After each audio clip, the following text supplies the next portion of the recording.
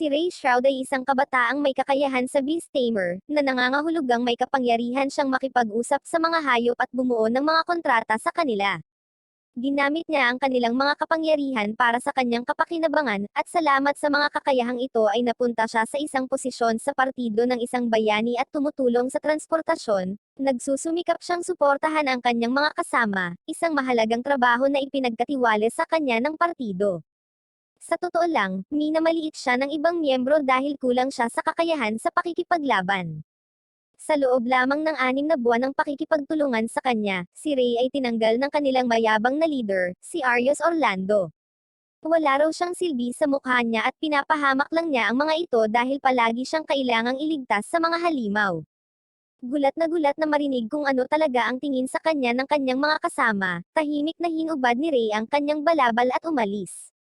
Nakaupo si Ray sa isang bench sa town square at pinag-iisipan ang lahat ng masasakit na salita na ibinato sa kanya ng kanyang kagrupo. Kailangan niyang mag-isip ng plano para patuloy na maghanap buhay.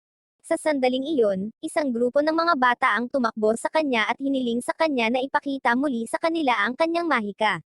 Bumangon si Ray at naglabas ng mahika sa isang ibon sa itaas nila para bumuo ng pansamantalang kontrata sa ibon. Ang ibon ay dumapo sa kanilang harapan at nagbibigay ng papugi sa kanila na pumapalakpak sa tuwa. Tinapos ni Ray ang kontrata at pinakawalan ang ibon na lumipad palayo. Nagkwentuhan ang mga bata kung paano sila magiging Beast Tamer gaya ni Ray. Tinanong ni Ray kung bakit hindi nila pinangarap na maging isang matapang na bayani, kung saan ang sagot ng mga bata na ang mga bayani ay isang mayabang na grupo ng mga tao na minamaliit ang mga karaniwang tao.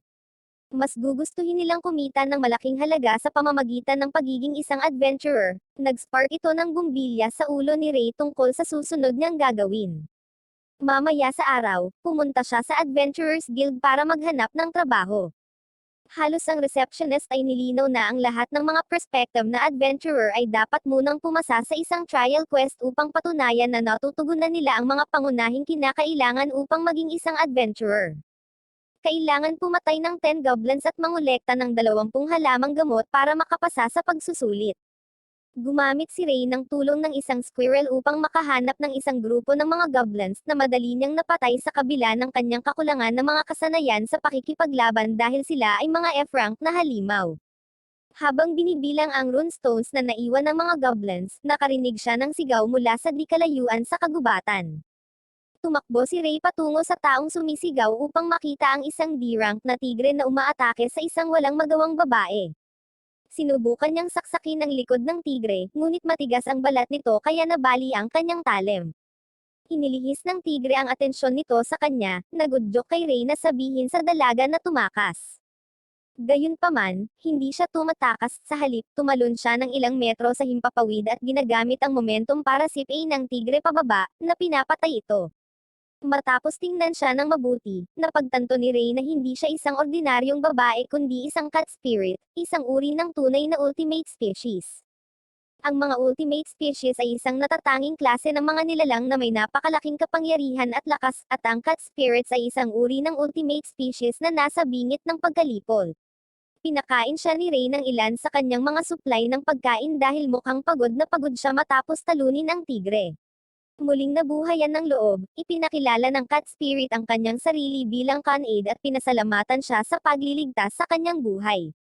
Sinabi niya na nainip siyang nakatira sa kanyang maliit na komunidad, kaya nagpasya siyang maglakbay at dumaong dito at nakilala siya.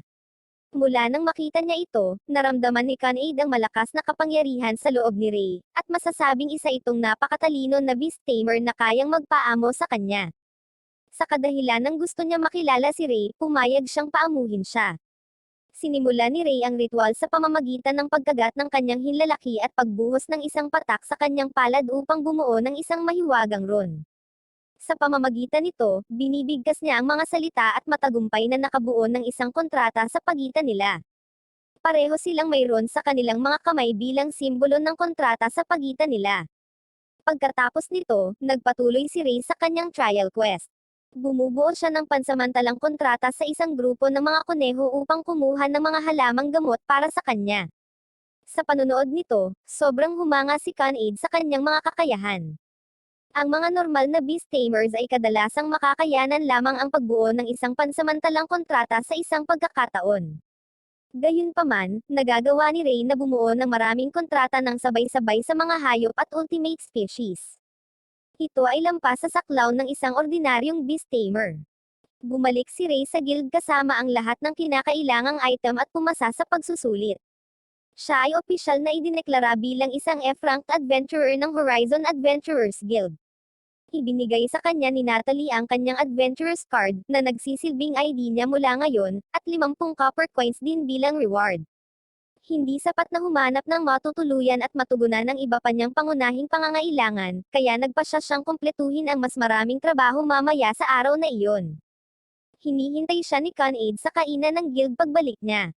Isang lalaki na may peklat sa mukha na kagaya ni Tanjiro ang lumapit sa kanilang dalawa at sinubukang kunin si Con-Aid na sumama sa kanya sa tanghalian sa halip na si Ray. Ipinagtanggol niya ang kanyang amo at sinabihan ang lalaki na umalis. Sinira nito ang kanyang ego, at hinahamon niya si Ray sa isang banong braso upang matukoy kung sino talaga ang mas malakas. Bagamat karaniwang hindi tatanggapin ni Ray ang mga ganoong hamon, gusto niyang iwasan ito sa simula at maiwasan ang anumang pagkakataong iharas niya si Con-Aid sa hinaharap. Siya ay bumantong hininga at umupo sa upuan. Gayunpaman, sa pagsisimula ng laban, tinamba ni Ray ang braso ng lalaki ng napakalakas kaya nabasag ang mesa, at ang lalaki ay nahulog sa sahig habang umiiyak. Dumating si Natalie upang suriin ang kaguluhan at nagalit nang makita ang lalaki. Humingi siya ng paumanhin kina Ray at Con-Aid para sa istorbo. Sinabi na ang lalaki ay marami ng reklamo laban sa kanya at tiyak na masuspend sa guild sa lalong madaling panahon. Pagkasabi noon, hinawakan niya ito sa binti at kinaladkad palabas. Nagtataka si Ray kung saan nanggaling ang lahat ng lakas niya. Ipinaliwanag ni Con-Aid na ang isa sa mga benepisyo ng kontrata sa pagitan nila ay ang pagkakaroon niya ng kanyang superhuman strength. Si Con-Aid ay nasa sabik na magsimula sa higit pang mga pakikipagsapalaran ngunit hindi nasisiyahan kapag sila ay bumalik sa larangan na nangongolekta ng mga halamang gamot. Si Ray ay isang F-rank adventurer lamang. Nagtatrabaho sila sa pinakapangunahing trabaho na may pinakamababang sweldo. Ma-promote lang sila kapag nakakuha sila ng sapat na karanasan. Sa tulong ng mga kuneho, nakakakuha sila ng sapat na mga halamang gamot upang matugunan ang kanilang kota. Sa lalong madaling panahon, nang sila ay babalik na, ang mga sensitibong tainga ni Con-Aid ay nakarinig ng sigawan sa di kalayuan. Tumakbo ito upang mag-imbestiga at nakita ang isang matandang lalaki na hinaharas ng isang gang na nagsasabing bahagi sila ni Ebon Fang. Ang Ebon Fang ay isang kilalang malaking grupo ng mga bandido na may reputasyon sa pagiging sangkot sa lahat ng uri ng kasuklam-suklam na krimen. Sabay-sabay nilang sinimulan ang pagsugod sa mga ruffians. Inaatake ni Ray ang lahat ng mga bandido gamit ang kanyang bagong lakas, at sinuri ni Con-Aid ang matanda. Binabalaan sila ng matanda na tumakbo, dahil lahat ng lumalaban sa Ebon Fang ay matutunton at mapatay bilang paghihiganti. Nang marinig iyon, nagpasya si Ray na tugisin muna sila. Ipinahayag ni Con-Aid ang kanyang mga pag-aalala ngunit tinitiyak ni Ray sa kanya na mayroon siyang plano. Dinala sila ng squirrel sa pinagtataguan ng Ebon Fang, at si Ray ay gumawa ng pansamantalang kontrata sa isang RB.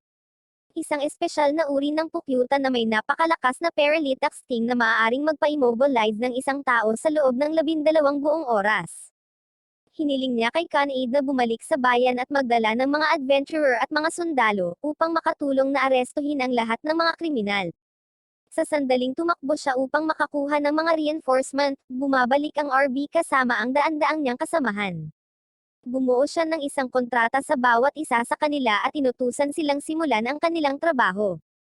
Ang lahat ng mga bandido ay paralisado sa ilang sandali, at ang mga adventurer na dinala ni Con-Aid ay mabilis na nagsimulang atakihin din sila.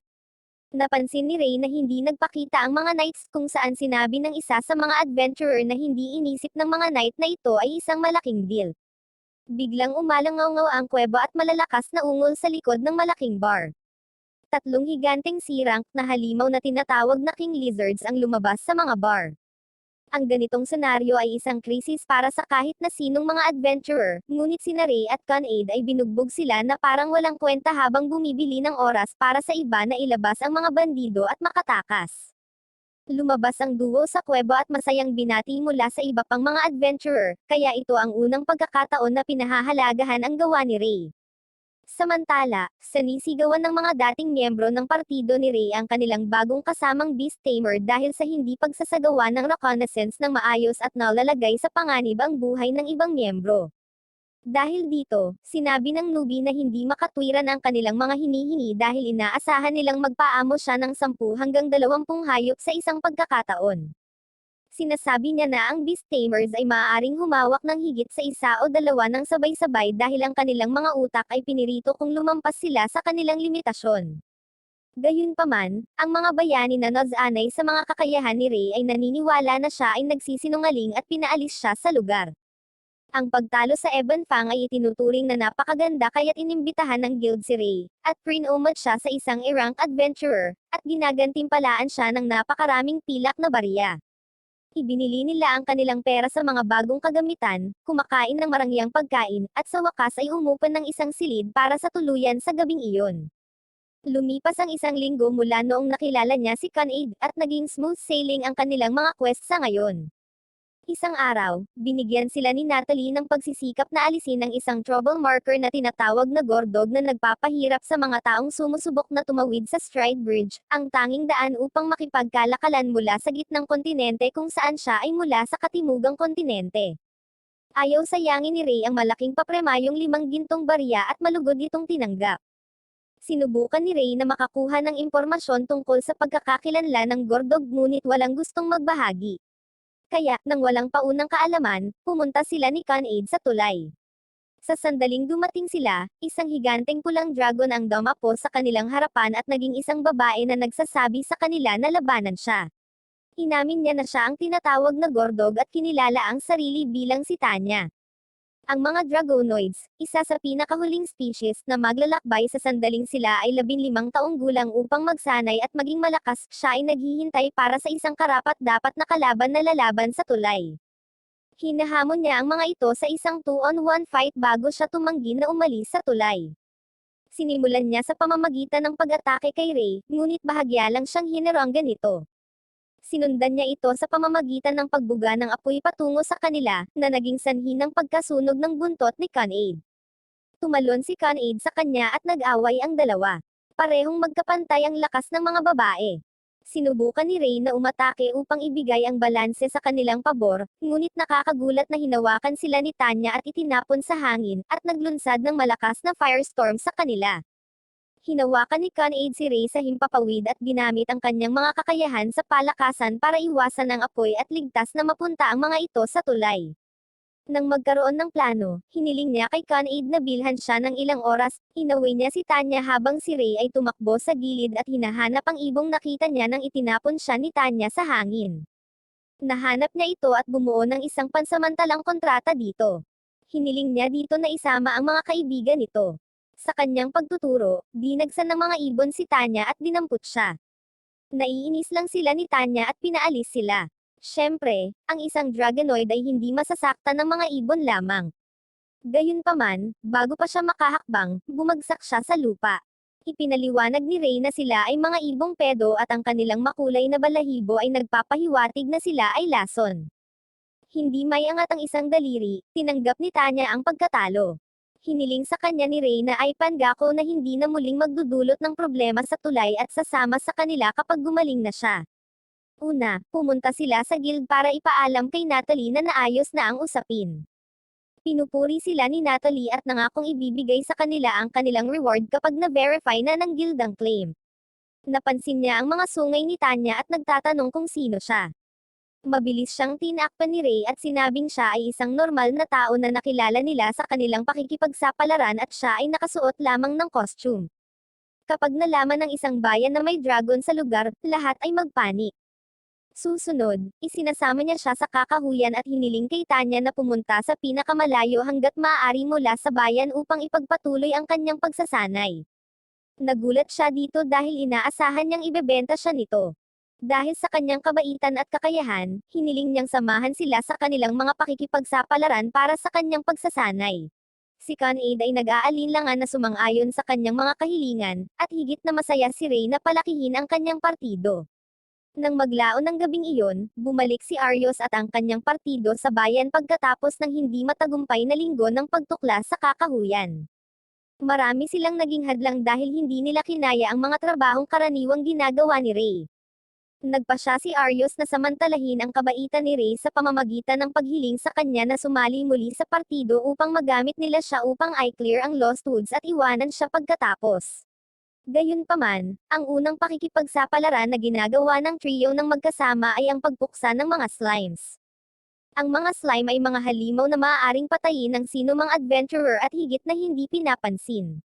Dahil dito, kung minsan ay pumuputok ang kanilang populasyon at dinadagsa nila ang bayan, na nagdudulot ng maraming abala.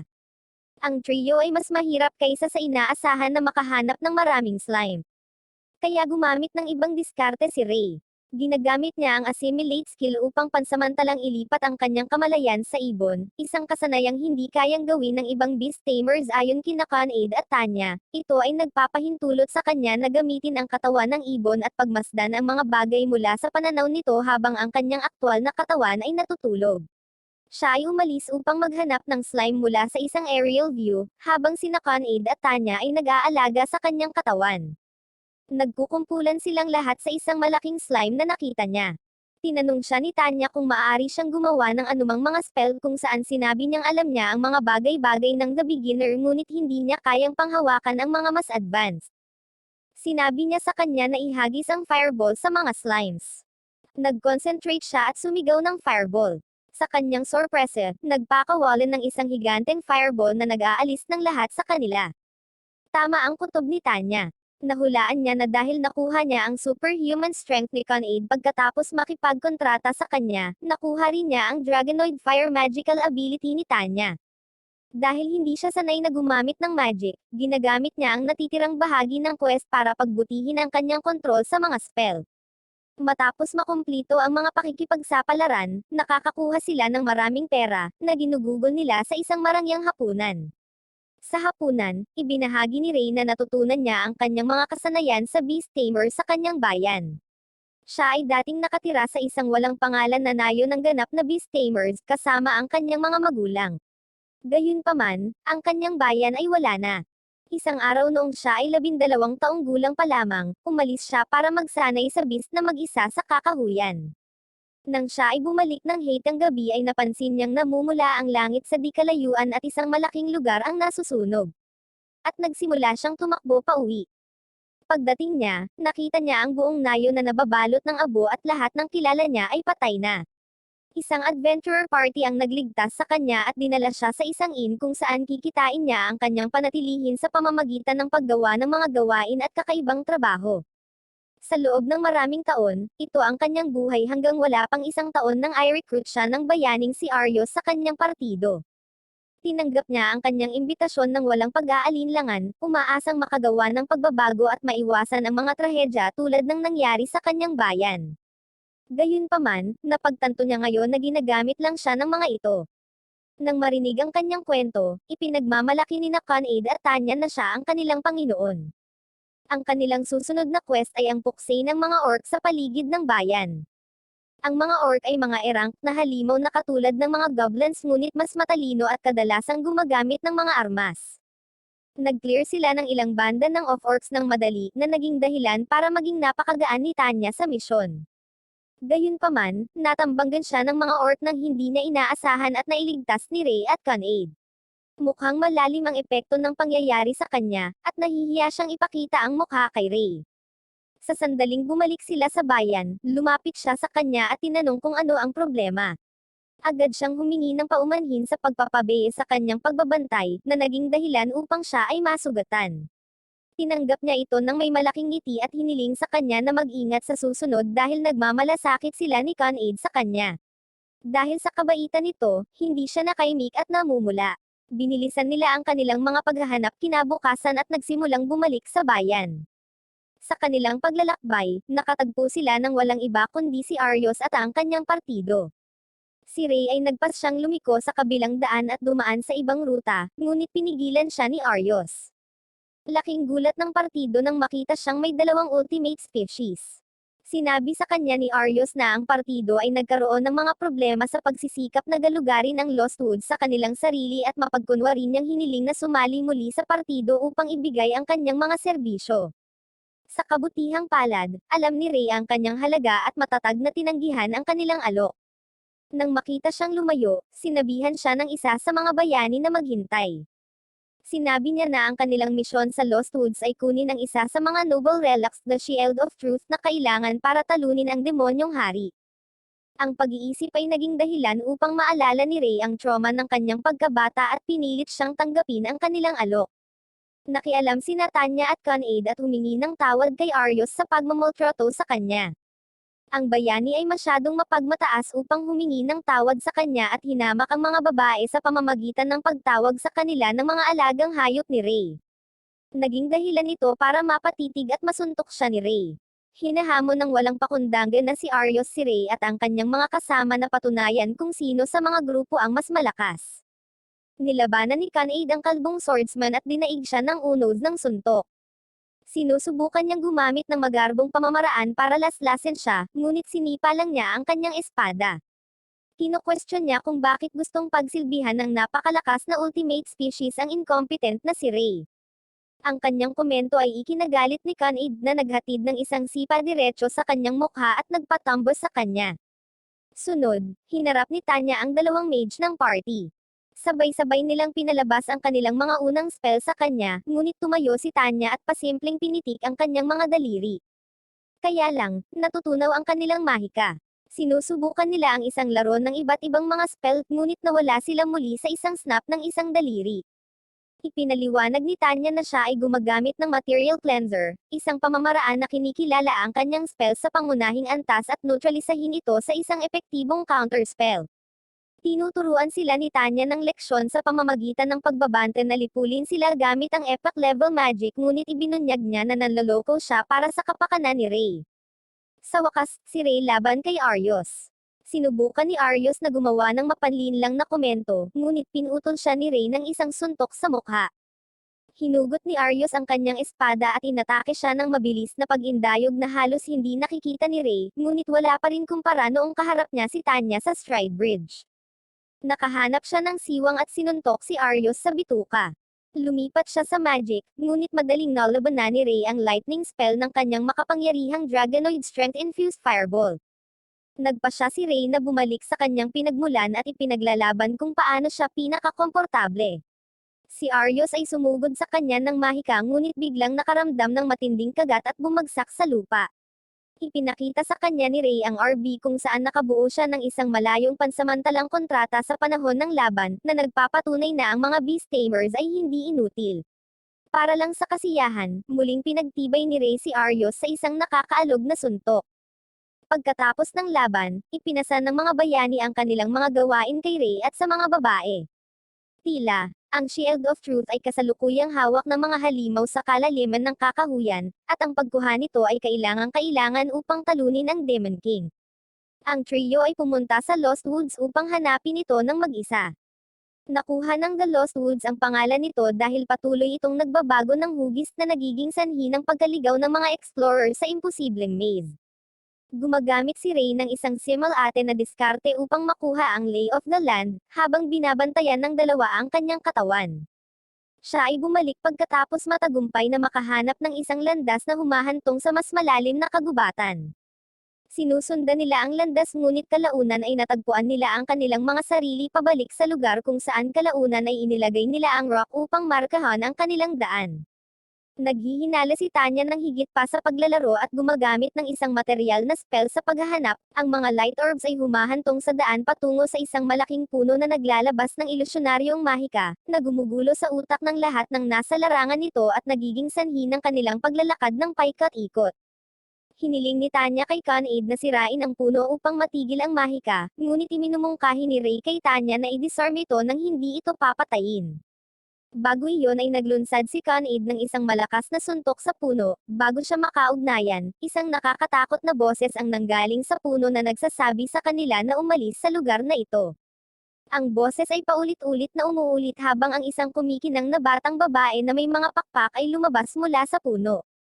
Napagtanto nila na nasasaksihan nila ang isang engkanto, isang ultimate species na may mahiwagang kapangyarihan na mas malakas pa kaysa sa Dragonoids. Sinusubukan nilang ipaliwanag ang kanilang mga sarili sa diwata, ngunit lagi niya silang pinuputol at sinasabing umalis. Kung saan hindi sila nakikinig, nagbanta siyang pipilitin silang palabasin gamit ang mahika, at tumakas sila ng walang ibang salita. Sa sandaling makalayo sila, ipinaliwanag ni Rey na hinahatulan ng mga engkanto ang mga tao dahil sa mahabang kasaysayan ng alitan sa pagitan ng dalawang species.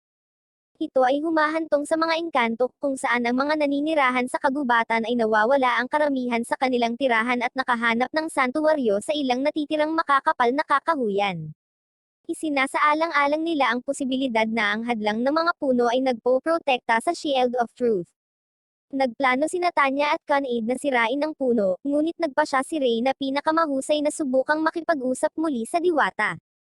Hinarap niya ang diwata na nagbabantang sasalakayin sila ng totoo kung hindi sila aalis. Tinanggap ni Rey ang pag-atake upang ipakita na tapat siya sa kanyang nais na makausap siya.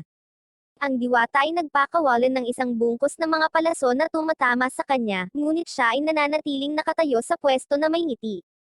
Saglit nitong ginulat ang diwata, at ginamit niya ang pagkakataon para kumbinsihin siya na may mabuting hangarin siya.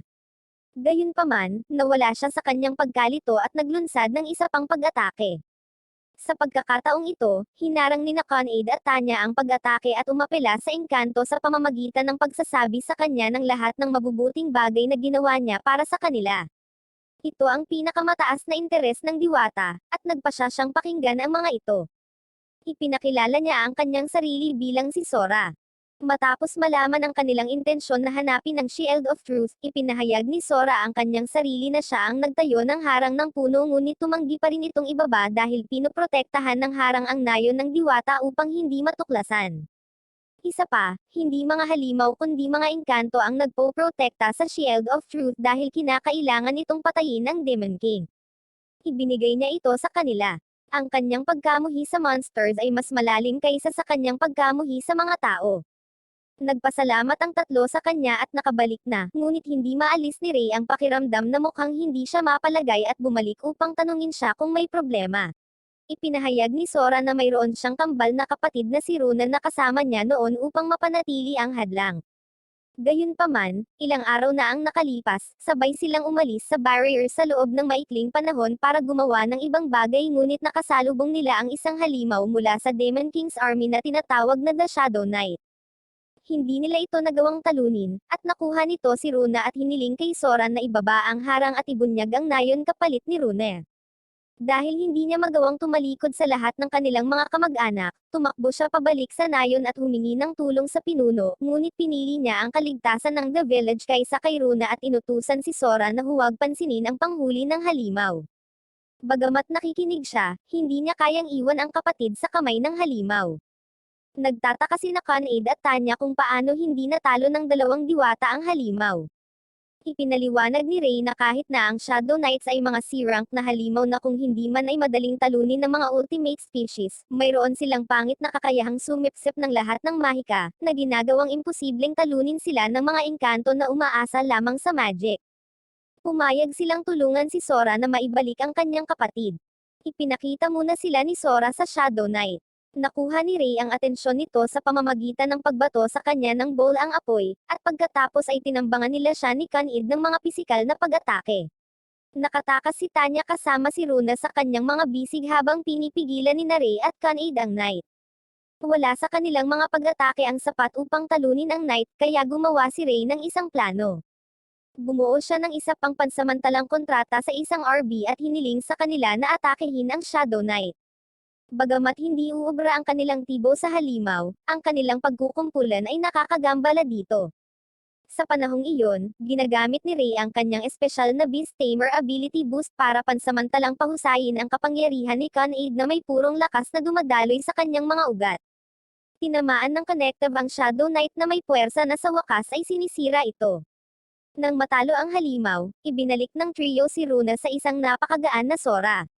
Bagamat sila ay ganap na magkapareho, ang kanilang mga personalidad ay ganap na kabaligtaran. Habang si Sora ay may banayad at eleganteng kilos, si Runa ay mas bukas at magaspang sa kanyang pag-uugali.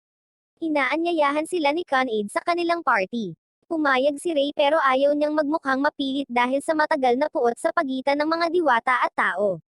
Gayunpaman, pinagkakatiwalaan nila si Ray na isang marangal na tao at hinihiling na gumawa siya ng kontrata sa kanila. Wala siyang paunang kaalaman kung paano paamuin ang mga engkanto, kaya mas nahihirapan siyang bumuo ng kontrata sa kanila. Ang pagsusumikap ay nagpapahina sa kanya, ngunit hinawakan siya ng mga diwata at binati ang kanilang bagong amo. Pagkatapos lamang ng 2 araw ng pagtanggap sa quest, pinaghihinalaan nila na siya ay nagbigay sa kanila ng isang pekeng kalasag at mahiwagang sinubukan ang kanyang pagiging tunay para lamang magulat na ito ang tunay na bagay. Ibinigay nila sa kanya ang 20 barya na ipinangako nilang babayaran sa kanya. Tumalikod si Ray upang umalis, ngunit hiniling siya ng kalbong lalaki na sumali muli sa party. Nagalit si Arios na inimbitahan siya ng isang miyembro nang hindi muna humihingi ng kanyang pag-aproba. Nagtalo ang kalbo na malinaw na kailangan nila ang tulong ni Ray upang matagumpay na talunin ang hari ng demonyo, at sumang-ayon ang iba pang miyembro. Hinunat ng kalbong lalaki ang kanyang kamay para makipagkamay para selyuhan ang deal na nangangako ng mas magandang sweldo at paggamot. Gayunpaman, alam ni Ray na hindi sila nagbago at tinanggihan ang kanilang alok. Mayroon na siyang mas magandang party na naghihintay sa kanya. Sa labas, tinatalakay ng grupo ang alamat ng Demon King.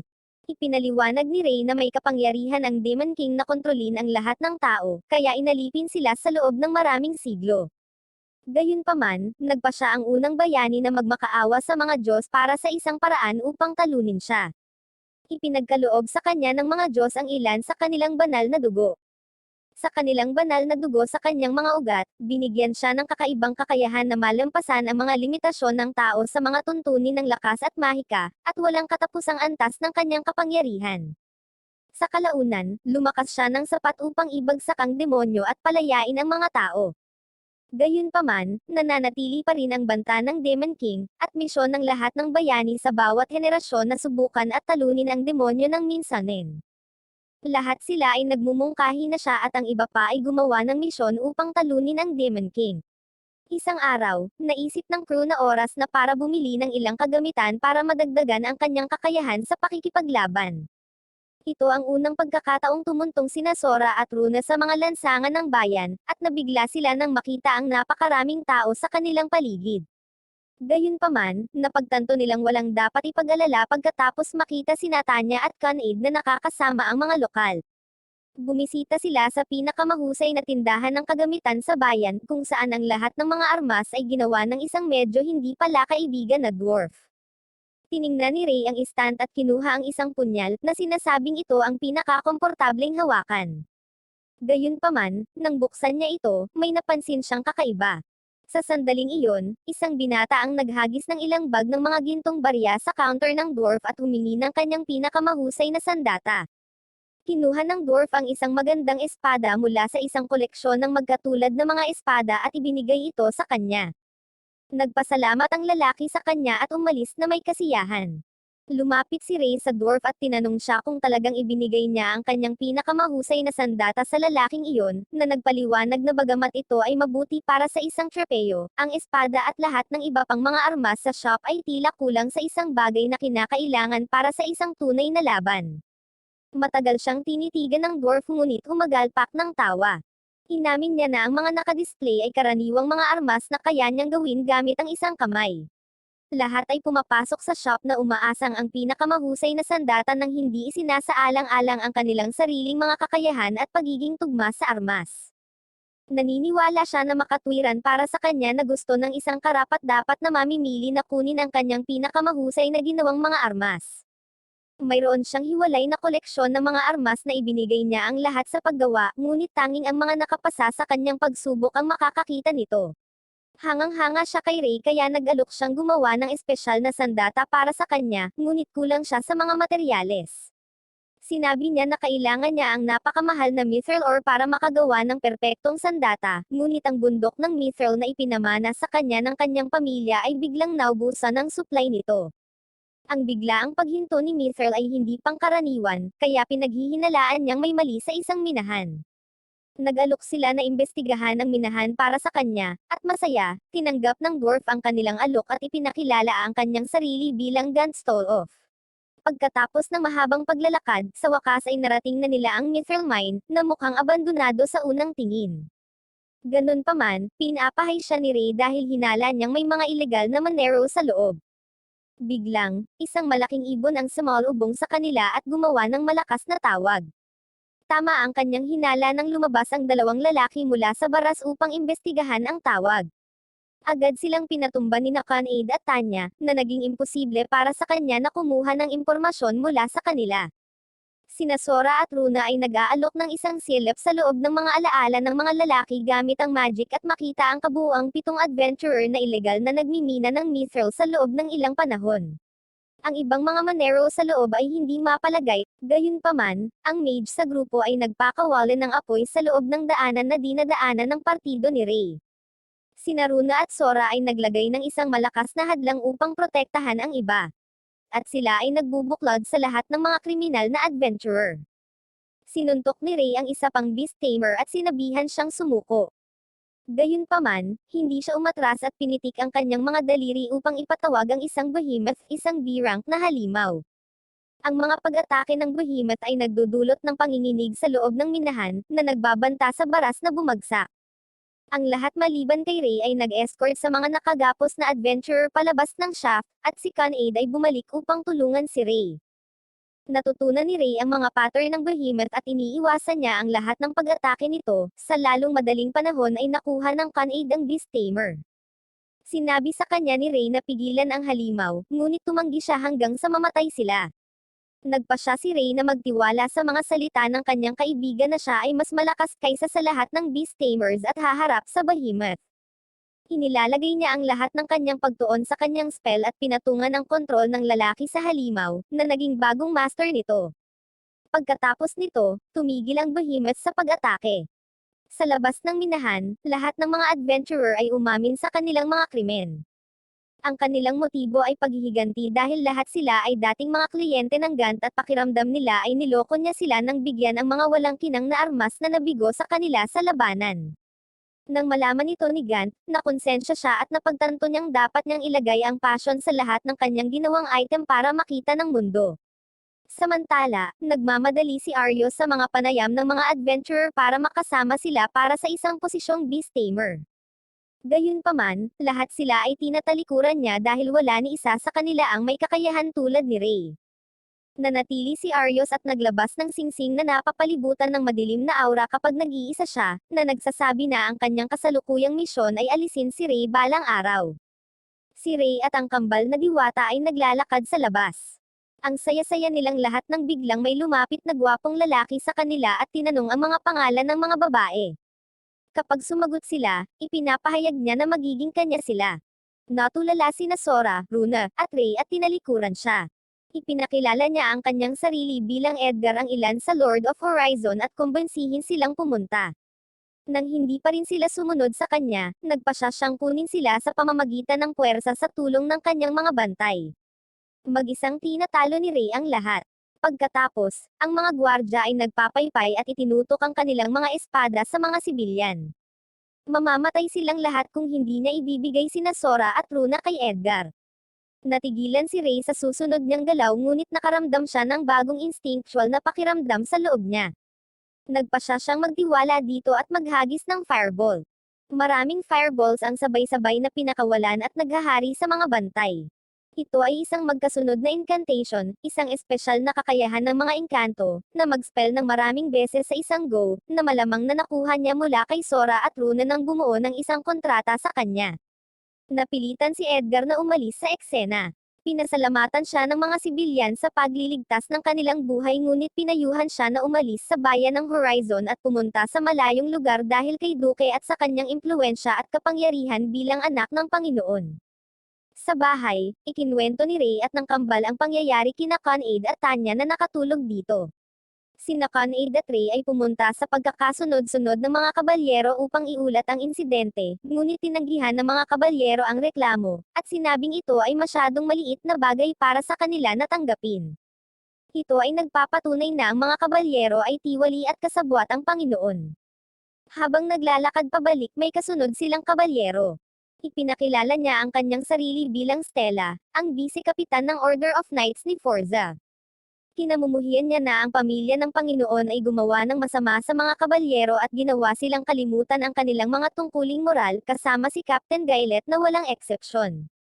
Gusto niyang ibalik ang kaayusan sa dati nilang marangal na estado at naniniwalang matutulungan siya ni Ray at Conade, ang rumored adventurer at cat spirit na kumuha ng Ebon Fang.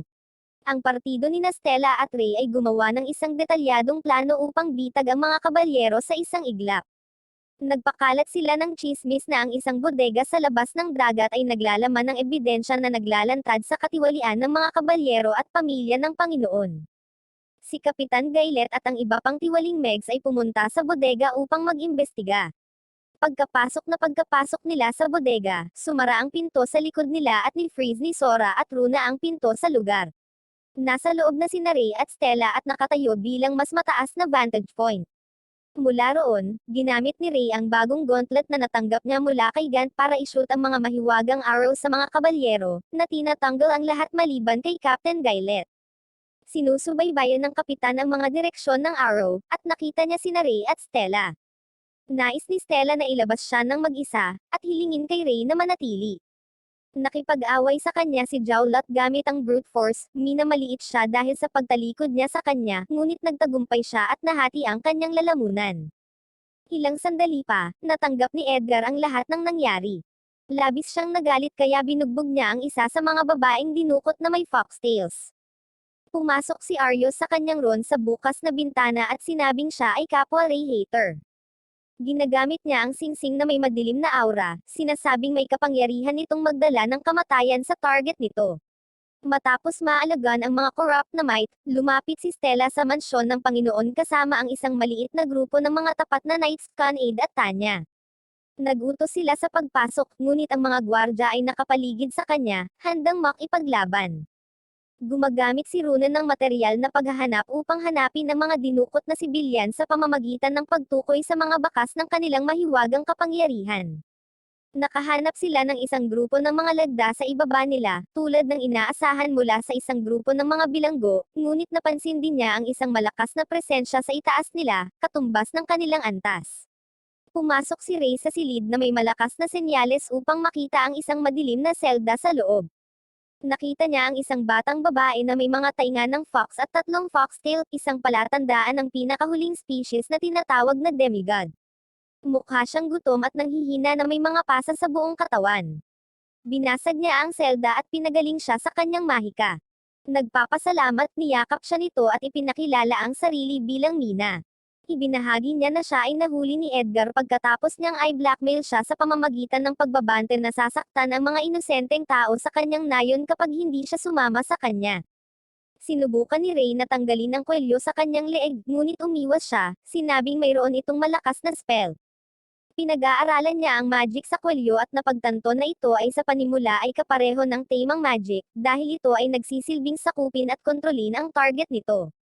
Kaya, sinusubukan niyang kontrahin ang kanyang spell sa pamamagitan ng pag-override sa kontrol nito ngunit nakuryente sa proseso. Siya ay nagtitiyaga sa sakit at sa huli ay nabali ang kwelyo. Samantala, walang kahirap-hirap na pinipigilan ni Tanya at Conade ang pag-atake ng mga gwardya. Sa loob ng 1 minuto, natalo nila ang lahat ng mga gwardya at muling pinagsama si Ray. Mainit nilang binati at nakikisalamuha si Mina habang pinag-uusapan ni Ray at Stella kung ano ang kanilang magagamit bilang patunay sa mga maling gawain ng Panginoon. Sa sandaling iyon, ang Panginoon ay tumakbo sa kanila habang sinusubukang tumakas mula sa mansyon.